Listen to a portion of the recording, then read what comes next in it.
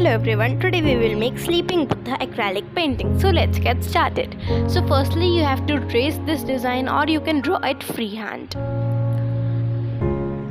Now apply the yellow color in the bamboo portion. I am using lemon yellow shade. And now take your yellow ochre color and start making the bamboos as shown. Now you have to make all the bamboos in the rest over portion. Now we will do the second coat. We will do it with the burnt sienna. Now, and if you don't have the burnt sienna, then you can mix a little of brown with the black. Now take ultramarine blue and spread it.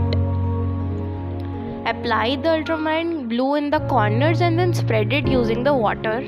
And this is the water shading technique, and you have to follow this whole technique in the whole Buddha. And I've already taught you this technique in my previous videos, and I will also link them in the description box so you can check from there.